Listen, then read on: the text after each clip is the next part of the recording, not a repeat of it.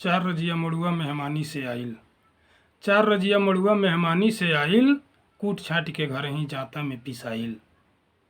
कहनी मलिकाइन से निक लागी कोब, आ तरकारी के बदला ए पर मछरी रही तो।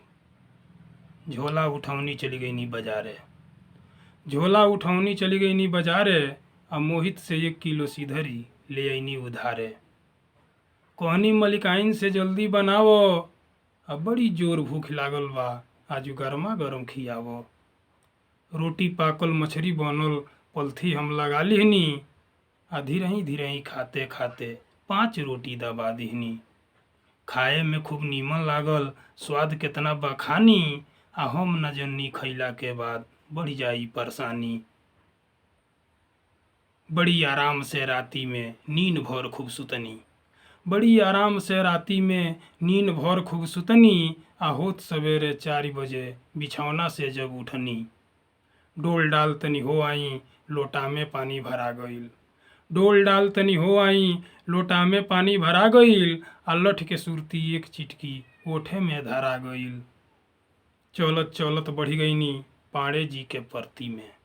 चलत चलत बढ़ी गईनी पाड़े जी के परती में, आ लोटा ध के बैठ गईनी मुड़ी गाड़ी के धरती में। रही रही के जोर जोर से पेटवा में मड़ोरे। रही रही के जोर जोर से पेटवा में मड़ोरे, आ केतनो हम पोल्हाई बाकी जगह नाही छोड़े।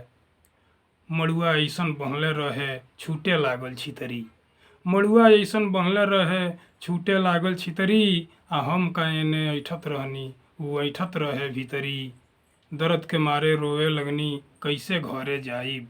दर्द के मारे रोवे लगनी कैसे घरे जाइब, अजब की बेर माफ कर फिर कबहू ना खाइब। कोहत में अब डर लागता केतना सासत कैले होई। कोहत में अब डर लागता केतना सासत कैले होई, आ उहे दुख बुझी बालेश्वर के जे मड़ुआ के रोटी खैले हुई। जे मड़ुआ के रोटी खैले हुई। दोस्तों, अगर कविता अच्छा लगा हो तो लाइक कीजिए, कमेंट कीजिए और चैनल को सब्सक्राइब भी कीजिए।